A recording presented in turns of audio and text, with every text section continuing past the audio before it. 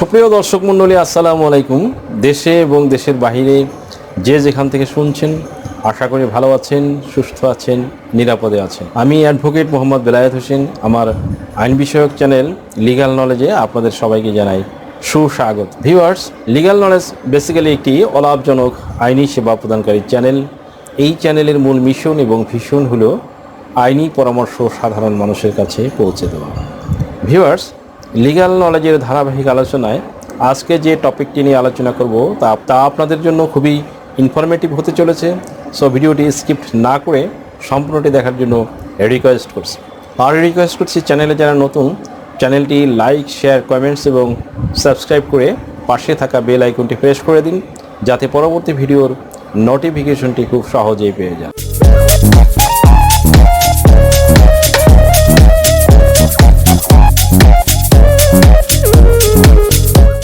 বিদেশি স্বেচ্ছাসেবী সংস্থা স্থাবর সম্পত্তি অর্জন নিয়ন্ত্রণ আইন 2023 আইন প্রণয়ন হচ্ছে শীঘ্রই। সংসদে বিদেশি স্বেচ্ছাসেবী সংস্থা স্থাবর সম্পত্তি অর্জন নিয়ন্ত্রণ আইন 2023 প্রণয়ন করা হলে তা বিদেশি স্বেচ্ছাসেবী সংগঠন স্থাবর সম্পত্তি অধিগ্রহণ নিয়ন্ত্রণ অধ্যাদেশ 1983 এর স্থলাভিষিক্ত হবে বলেও জানিয়েছে ভূমি মন্ত্রণালয়। অনুমতি ছাড়া বিদেশি স্বেচ্ছাসেবী সংস্থা সম্পত্তি অর্জন করতে পারবে না। সরকারের অনুমতি ছাড়া কোনো বিদেশি স্বেচ্ছাসেবী সংস্থা বাংলাদেশে কোনো স্থাবর সম্পত্তি অর্জন করতে পারবে না। না জানিয়ে ক্রয়, দান, বিনিময় বা অন্য কোনো উপায়ে স্থাবর সম্পত্তি অর্জন করলে সরকার সেটি বাজেয়াপ্ত করতে পারবে। অনুমতি ছাড়া বিদেশি সংস্থা স্থাবর সম্পত্তি অর্জন করতে পারবে না। Foreign companies cannot acquire immovable property without permission. সরকারের পূর্ব অনুমতি ছাড়া কোনো বিদেশি স্বেচ্ছাসেবী সংস্থা স্থাবর সম্পত্তি অর্জন করতে পারবে না বলে গণবিজ্ঞপ্তি জারি করেছে ভূমি মন্ত্রণালয়। সুপ্রিয় দর্শক মণ্ডলী, গত শনিবার 26শে আগস্ট ভূমি মন্ত্রণালয় থেকে পাঠানো এক সংবাদ বিজ্ঞপ্তিতে এই বিষয়টি জানানো হয়েছে। বিজ্ঞপ্তিতে বলা হয়েছে, দেশি স্বেচ্ছাসেবী সংস্থা স্থাবর সম্পত্তি অর্জন নিয়ন্ত্রণ আইন 2023 শীর্ষক একটি খসড়া আইন জনসাধারণের পর্যালোচনা ও মতামতের জন্য প্রকাশ করেছে ভূমি মন্ত্রণালয়।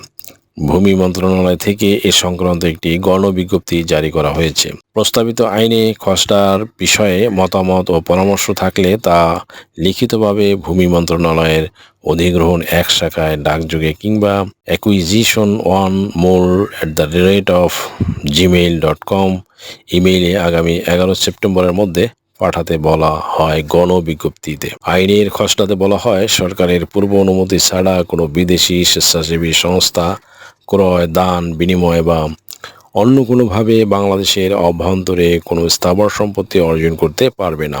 এই মর্মে বিধান লঙ্ঘন করে কোনো বিদেশি স্বেচ্ছাসেবী সংস্থা বাংলাদেশের অভ্যন্তরে কোনো স্থাবর সম্পত্তি অর্জন করলে তা সরকার বাজেয়াপ্ত করতে পারবে এবং বাজেয়াপ্ত সম্পত্তি দায়মুক্তভাবে সরকারের অনুকূলে সমর্পিত হবে বলেও বিধান রাখা হয়েছে।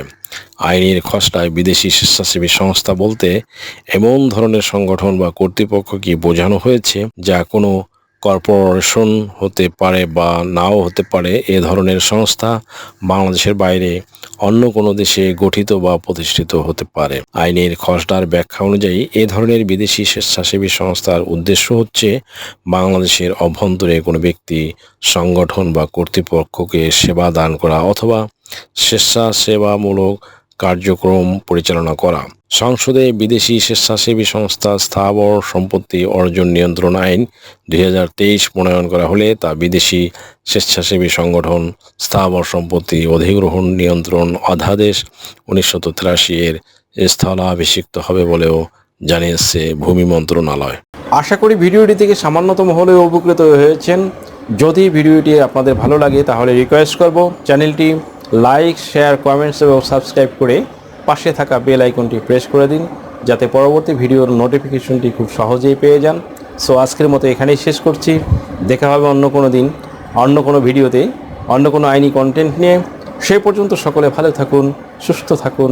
আবারও সবাইকে ধন্যবাদ জানিয়ে এখানেই শেষ করছি। আল্লাহ হাফেজ।